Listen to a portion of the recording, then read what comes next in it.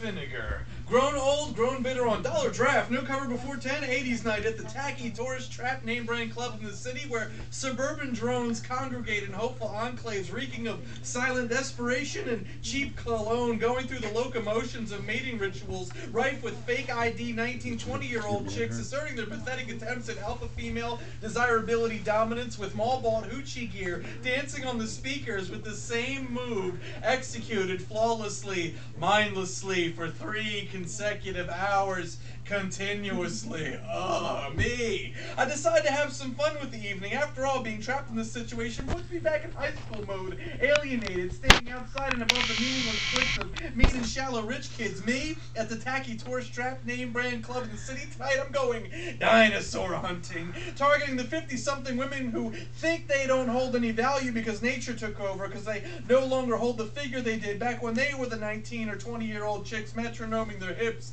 dancing on the speakers. The easy to read lines on their faces speak of homelessness, but to me, these old girls are golden, apexing at the hormone levels of their sexual peak, so I pass over the meticulously hairsprayed and makeup-laden cherry Pop-Tarts who proceed on the women who work for a living, own their own homes, stayed out an extra 6 hours after Friday happy hour ended because they wanted to get some, because a younger guy gives them head and a good hard fuck. Tonight, I'm just a Mesozoic piece of meat to be devoured by the dinosaurs, unsure of themselves. I'm thinking back when I did it, when I was 14, 15, helplessly horny but unfuckable because I couldn't compete with those seniors in high school surrounding me, drowning for lack of self-esteem in contrast to the shallowness. These dinosaurs, they're bitter too. Don't think they don't leave the club with violent fantasies of splitting open the cherry Pop-Tarts till the fruit filling is leaking into the streets. A woman's juices tend to turn from honey to vinegar, and instantly in times of conflict and jealousy always brings out the inner ugly. So now I'm surrounded by seniors, but this time they're pent-up female citizens who want some, and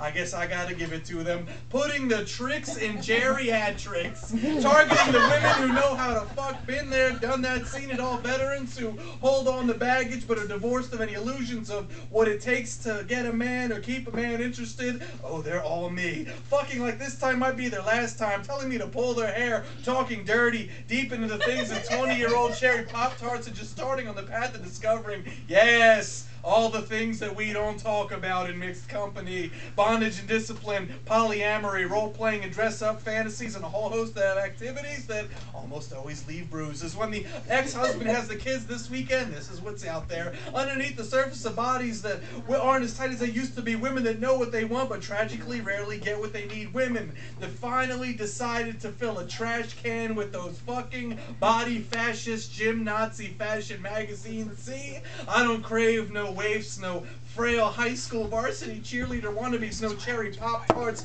Give me a woman with solid hips, built to take the punishment.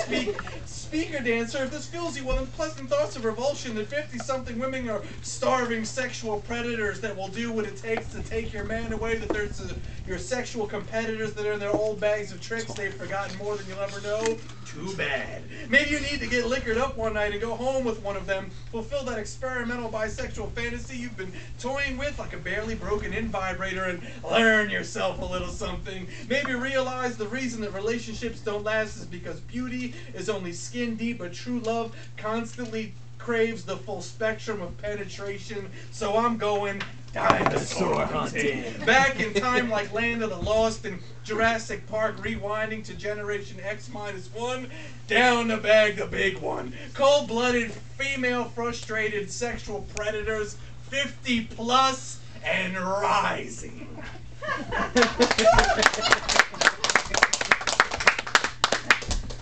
Yeah, as I was telling, my first night here was an erotica night, and I walked in here unsuspecting, and people were decked out. Yes. And Slutty people. O'Hara guy, O'Hara. Everybody's writing an O'Hara poem. I don't know why. I don't know what bleh. So years later, I write an O'Hara poem. Mine is dinosaur hunting. Dinosaurs hunting. Yeah, his is dinosaur hunting. Yes, we might be considered dinosaurs to you, young stud. We wrote this years ago, by the way. We're 50 plus, but we're sure as hell not extinct. Working parts in order, although they may no longer be self-lubricating. You say you're being kind to the golden ones by choosing them rather than the cherry Pop-Tarts. Consider why these mature women may be available. It may be that they've lost a loving mate and are aching to know love again. Or it might be that they've just been dumped by what you'll likely become, a 50s plus husband whose dingle has turned his brains to mush. Nothing personal. I was angry when I wrote this. Then you'll also be over 50 and craving those sweet little tarts who will accept your drinks and laugh at you. So the golden ones are left with two options. We can give you the ride of your young life with our maturity and experience, or we can wait for that extremely rare, mature man who knows the emotional and physical value of a woman his age. Believe me, given a chance, we'd leave you and your bling-bling in a second for a real man. Not one like you who is destined to become one of those pitiful, old, gray-haired cherry Pop-Tart chasers. We much prefer intellectual, intelligent men who can and will recognize and share deep pleasure with a mature woman. Bottom line, if you had a meaningful relationship with a woman who loved you, you wouldn't have to be cruising bars. Golden! Mess with the old broads. Take it even. Damn! And you know that stalker he wrote about?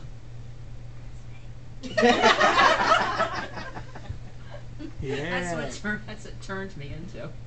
Okay, let's skip that one because we just did this one. Okay. A while back we had a class here, and one of the prompts was to write as if you were a piece of furniture in the house. And I think everybody's going to do the bed. Oh my God. Everybody's going to do the carpet that's been walked on. And I'm looking around the house. Mirrors, that's it. The troubled mirror. Don't look at me that way. What you see is what you are. I didn't paste those donuts onto your thighs, girlfriend. Hanging around this wall is no picnic for me. Don't think I'm not reflecting you in and out of the refrigerator all the time. My best feature is my ability to show you your faults. Yes, you're cute, but you're fat. Oh no, it's not my fault. Please don't smash me. Cracked, screech, splinter. Ah! The conceited mirror. There are many mirrors in my house. Aren't I beautiful? Can't you just gaze at me for hours? I'm so perfect. Of course, your face doesn't show in me. No room in here but for anyone but myself.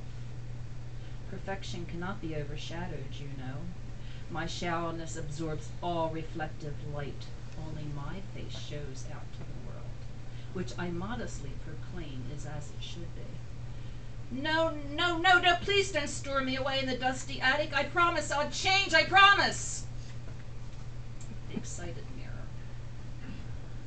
Ooh, I just love the way you look at me. Your eyes sparkle off my surface. You knit your lips and I can hardly stand it. You don't know how you turn me on when you use me. I hang around the wall just hoping for a glance from you. Mirroring your dimpled chin thrills me. I watch you, even when you're not in me, I'm reflecting you. Ah, you're holding the Windex bottle. Be careful of my frame. Ooh, when you polish me like that, I get so shiny and slick. Do it again, please. Don't stop.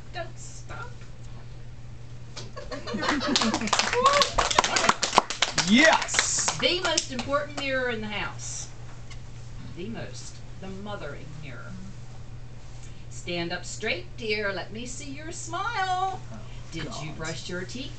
You know I'm always here when you need me. Go on out. I'll just hang around here all alone in the house until you decide to come home. Of course, I'll wait up, dear. Don't worry about me. I'll be fine here all alone. I'm used to it. Before you go, if you have time, could you dust me, please? Gee, if I were a phone, you could call me once in a while.